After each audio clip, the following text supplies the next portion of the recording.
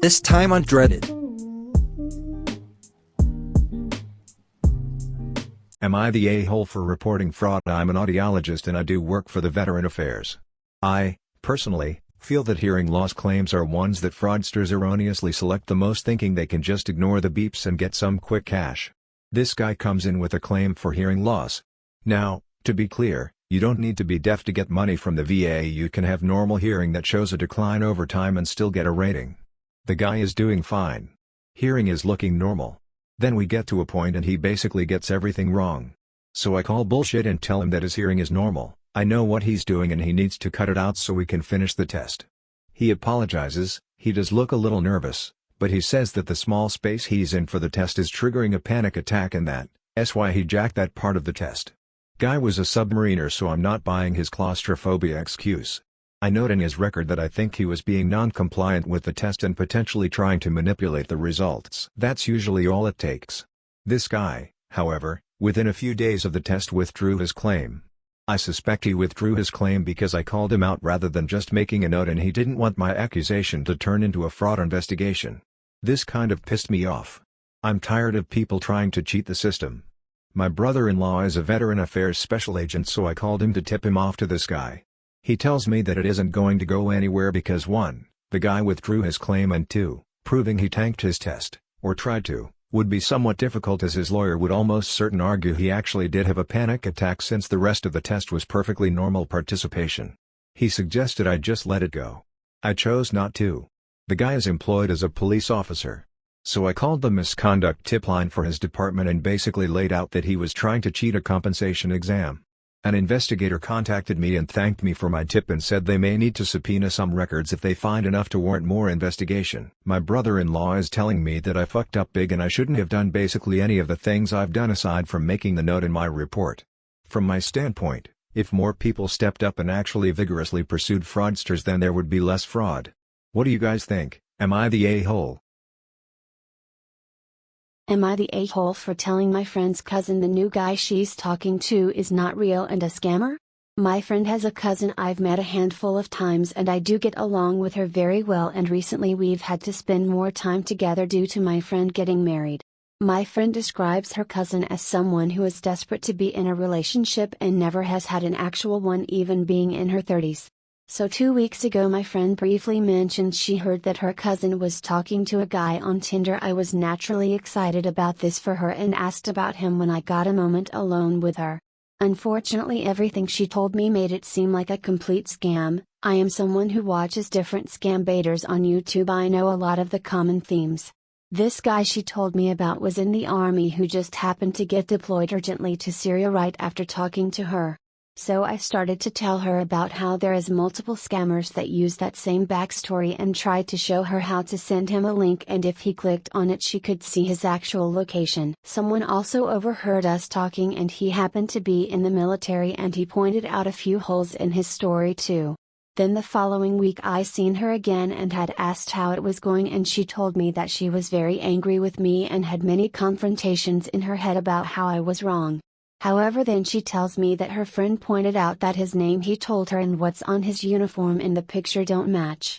Also, he just so happened to lose his wallet this week, and she said, "I'm weary because of what you said, but what if he did lose it?" I tried to teach her one more thing, how to reverse image search, but she also didn't care for that, so I just dropped it and wished her well.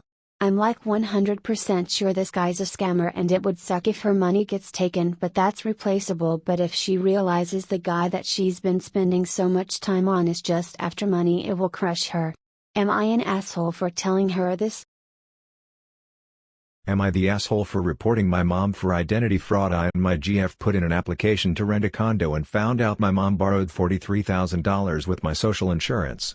I talked with a lawyer and he tells me I can either report my mom for identity fraud or pay it off, or declare bankruptcy. I confronted my mom and she begs me not to do it and just pay off the debt.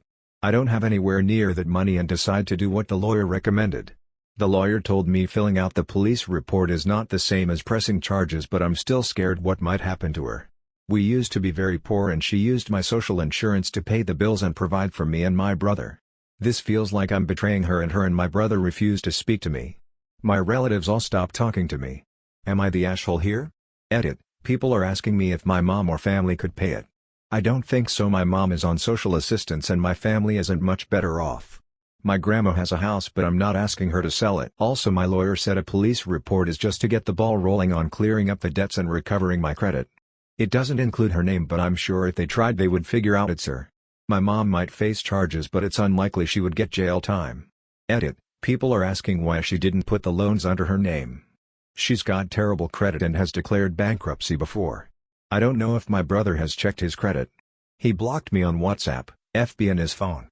Edit. To clarify, she probably didn't borrow $43,000. It's probably $10,000 to $20,000 that grew with interest, fees, etc. Am I the a-hole for pressing charges on my daughter for fraud? Me and my wife recently found out that her daughter, my stepdaughter, though I consider her close enough to my own after having raised her for 18 years, has taken out about $60,000 in loan debt under our name, without our permission. For some basic context, she took out a Parent Plus loan for school, under our name and social security number, without asking us. In her first semester of her freshman year, she did come to us, asking if we would fill out the paperwork for her, since her school's loans were only for about $5,000 for the whole year. We explained that we didn't have the financial means to take out a loan for the amount she was requesting, about $14,000 a year, but offered to help her find scholarships or work study, and other ways to potentially help her cover her costs. After me and her applied for about 5 to 10 scholarships, and she got a part-time job, she never came back to me and my wife with any financial aid concerns again, so we figured that she had largely figured it up. We brought up tuition a couple times, but every time we'd ask, she'd just say that she was able to cover it all, and didn't need any help with it or anything. Come us, a couple years down the road, we've gotten a letter from the Department of Education saying that our loan has gone into default, and has been so for about a year at this point. We reach out to her school and, after a little bit of digging, we discover that after we had told her no on the loan, she had gone around our back and applied for it all online. She filled in her own contact information instead of our own, and the loan went through just fine, since she had the correct social security numbers and all. We've spoken with the school and the Department of Education a fair amount about this already, and we basically have two options for this. We can either eat the loan, and pay it all back ourselves, something not at all financially feasible for my family, since we have about $40,000 in medical debt on top of this now, or to go through the state to press charges on each one of the 5 loans she's taken out, each loan being over $10,000, making this a felony in my state with a minimum prison sentence. At this point, I'm not certain what my family can do. We don't have the money to be able to pay this loan back, but me and my wife are emotionally wrecked at even the thought of pressing charges against our own daughter.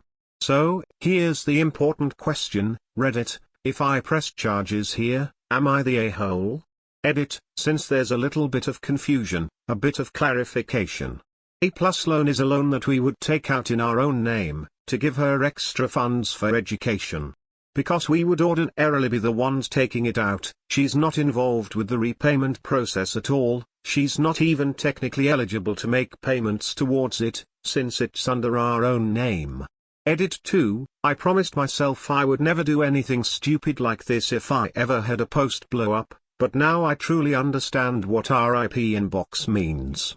I really truly would like to thank everyone here for their support. I know Reddit is one of the few places I can make a post and expect to get a reply. In reality, even though I've gotten a huge outpouring of support saying I would not be the a-hole, is that a thing?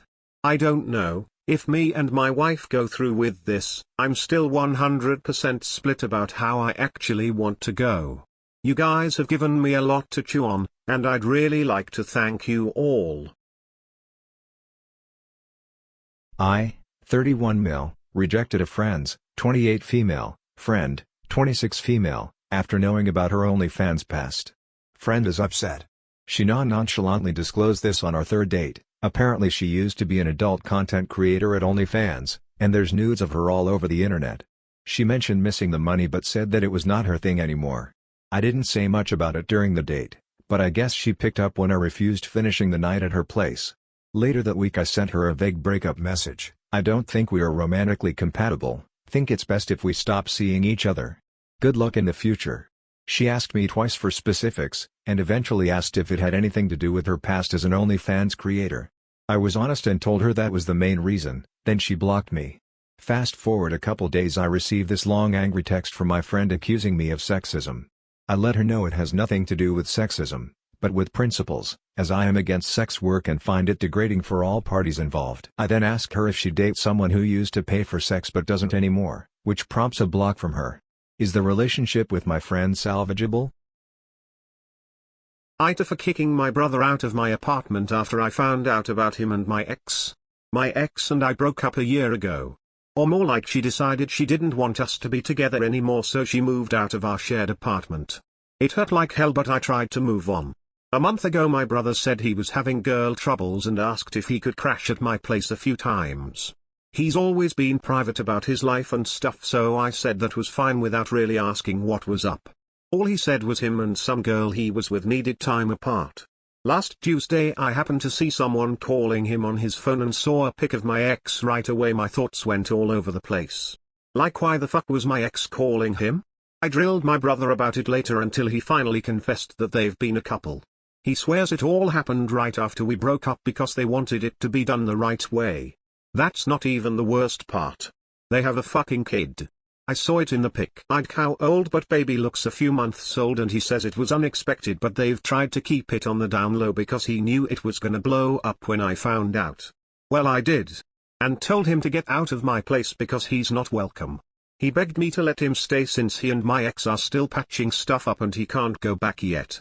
He promised to avoid me and leave me alone as long as he's staying there. I still told him no. None of his other friends have space for him, and my mom the only one who can let him stay, but she's over 2 hours away from where he works. I got called from her and turns out she knew about it the whole time, but she wanted to spare my feelings because I was still hurting over my ex. My mom said she already told him off for doing this, but he's my brother and right now he's having to sleep in his car by where he works because he literally has no place to go. According to him, nothing happened between them while we were in a relationship. But everything seems like it happened too quick, so I really don't know. To my mom, since we were broken up, I can't see it as too much of a betrayal when I should be over my ex already. Which I am, but that doesn't mean I'm not gonna be mad at him for what he did. She's being really hard on me about this that I'm not willing to think of a compromise to let him have a place to stay while not interacting with him at all. Maybe I'm too mad that it's clouding my judgment, but am I really being an asshole over this? My 29 male wife, 28 female, is pregnant, but I've found out she's been cheating on me on regular basis with a good friend, 29 male, of ours. Okay, so it's only been a day since I made the original post, but there's been a new development. It's no longer entirely about whether should forgive her and more about where to go from here. I won't make any more updates unless asked or if something major happens. So, I confronted my friend. He lives close to my parents' beach house, where I'm staying, so I invited him over to have a chat. Here is a quick sequence of events. So after some casual exchanges, I sat him down. I could tell he was confused, perhaps nervous, but he had a smugness about him. I wasn't looking my best, but I could tell he was thinking I looked tired. I sat him down. I'm gonna type in script format cause it's easier. I've had a few drinks. Me, house, wife, him, I don't know. Last time I saw her was at yours. Me, right, cause I know what gone on. I left it as open-ended as possible to see if he would confess to something I didn't already know. After some denial and feigned confusion, he finally makes his confession. Him, she told you we've been fucking? His words, not mine. Me, not in detail, but yes, that's why I'm here. Him, yeah, well, she wasn't lying. After that, I went on to ask him a series of questions that I regret asking, a bit of emotional self-harm I guess, but he was more than happy to answer, which was painfully off-putting. Things like, how often, when, where, among other more embarrassing things. I wish I didn't know the cause. Now it's playing in my mind like crazy and I'm a big fucking idiot. The one thing he denies with certainty is the child isn't his. I don't know why he's so sure, but I am inclined to believe him for some reason anyway. I want to give my baby the best life possible. I did everything right, I make money, I'm attractive, I work out, I treated my wife like the goddess I truly believed she was. All she had to do was let me love her and I would have given her and our child everything. We just bought a home. When she told me she was pregnant, I was over the moon only to have this happen. After this encounter, my friend offered to hang out to make sure I was okay. We've been friends for years and knows I've suffered from mental health issues in the past, and he was being a good guy by looking out for me, but frankly I think he wanted to stay and drink all my booze whilst laughing in my face been sleeping with my wife. I punched him, he said he deserved it and he left. I messaged my wife telling her I know the relationship was ongoing. She responded with "let's talk about this in person." I said I didn't want to look at her. She didn't respond. Anyway, here's the advice part. Naturally, I think the obvious step now is to leave her. I really don't want to. I know that's not what I'm supposed to say. I know I'm supposed to want to enact revenge and give her comeuppings, leave her out on her ass with nothing, but that's just not in me. I had a plan for my life, and that plan included her. I know people don't have an easy time online believing that things can be more than black and white. I thought she loved me. Those were the first words I'd hear from her every day. If she wasn't pregnant I would leave, and I'm still considering leaving. I just want to know how to go about being a good father and ex-husband. Ideally, I'd gain main custody, but as we know that's not usually easy for the guy. Financial support is an obvious one. Secondly, I want to know where to go from here. Do I see her in person? I don't want more details to cause what my friend told me is enough disgusting information to last me a traumatic lifetime. She currently in our home and I didn't plan for this because I fucking wasn't expecting this. No prenup, my parents are wealthy bohemian artist types, there will be no help emotionally. They were swingers for Christ's sake. I hate this. Too long didn't read. Turn out my friend and my wife have been sleeping together more often than just once. Typical. I want to leave but I will. I want to be a good father to the child currently in her womb, which my friend insists is not him despite admitting to everything else. I've been intoxicated for what feels like 24 hours. I don't know where to go from here as I've never planned for a divorce. Update, I've gotten some consistent sleep and even though I've slept all day I feel rested. I've organized to see my wife. She said she will make us dinner and we will sit down and discuss what happens next. I know a lot of people have said not to see her or talk to her, but I have to know why. I also have to tell her I want a paternity test. I've really appreciated all the kindness and criticisms sent my way. I feel like I have a small community on my side which has helped me get through this in a healthier way. Perhaps it's been a distraction, but regardless I've needed this. I want to keep everyone interested updated because it helps me feel heard. Thanks again. Update 2, so the dinner happened. She made my favorite meal. She was dressed up beautifully.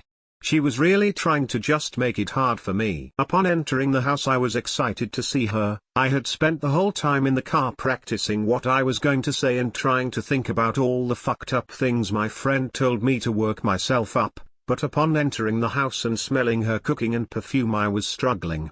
After she tried to greet me with a kiss but I nudged her off of me, she offered me a drink, which I accepted and I sat down at the table. She served me my food and sat down. We sat in silence for a bit whilst I ate. I hadn't eaten since finding out, so to my surprise I was able to get in a few bites before the anxiety of the situation got the best of me. I finished my drink and as she was making me another drink I finally said, "So why did you do it?" Her response at first was, "I don't know." This pissed me off. How could she not fucking know? So I repeated myself. This is when she seemed to open up a little more. Perhaps she could sense I was getting frustrated. She sat down and explained to me that she just felt trapped and she just needed something separate from me. In more detail, but that was the gist. She insisted she loved me but sometimes she needs a break from reality. I asked her if the baby was mine. She said yes. I asked her how she was certain and she said that my friend has had a vasectomy. I feel like that's something he would have told me, so I said I didn't believe her and I want a paternity test. She graciously agreed. Of course, she did. She's always been gracious and receptive to my ideas. After she agreed I asked if she was unhappy why didn't she talk to me. If she needed a break from reality, I would have paid for a vacation or a spa week, or if she wanted to start a side hobby, it's something I would have been in full support. As I was saying this, I began to cry. She got up and cradled my head against her chest. This is where I fucked up. I just held her and cried as she comforted me. She lifted my head and started kissing me. I didn't push her off for a few minutes. I knew this was the last time I would have an intimate moment with her, and I wanted to mourn her embrace. I snapped myself out of it after a while and stood up abruptly. I went to the bar and made myself one last drink and told her, after the test, we'd be getting a divorce. This is where she began to cry and kept telling me I had to be there for our baby, and she won't be able to be the best mother she can be without having her strength. I am her strength, apparently, by her side. After some back and forth, I was about to leave, but she said I should stay because I was drinking. So I did. I went to sleep in the guest room, but she insisted we just sleep in the same bed together for old time's sake. She tried to hold me in her sleep. I let her, but I remained limp in her arms. Then as soon as the sun began to rise, I snuck out. I'm back at the beach house. I called a lawyer. Last update. I am back at my home. She is also here. We are not sleeping in the same room, and no, I'm not taking her back. It'll just be easier to organize the divorce this way. It was my idea, not hers. We tried to have sex on my first day back. I couldn't make it work. Too many images of her and my friend. She seems to have accepted the divorce. She's pleaded a little and insists she loves me. I told her I still love her but can't forgive her. After that we haven't communicated much. I've been in contact with my lawyer. I'm meeting a girl tonight. I was not advised by my lawyer to see anyone during this time, but I need this.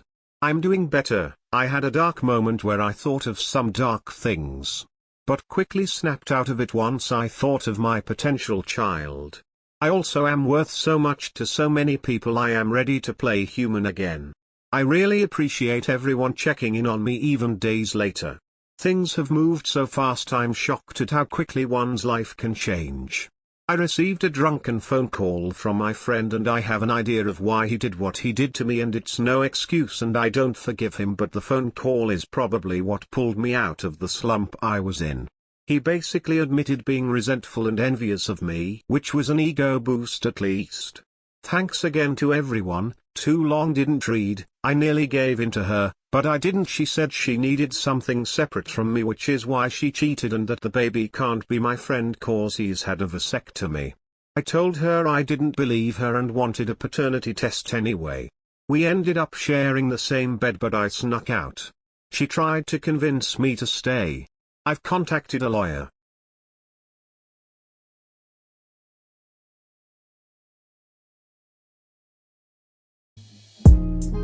You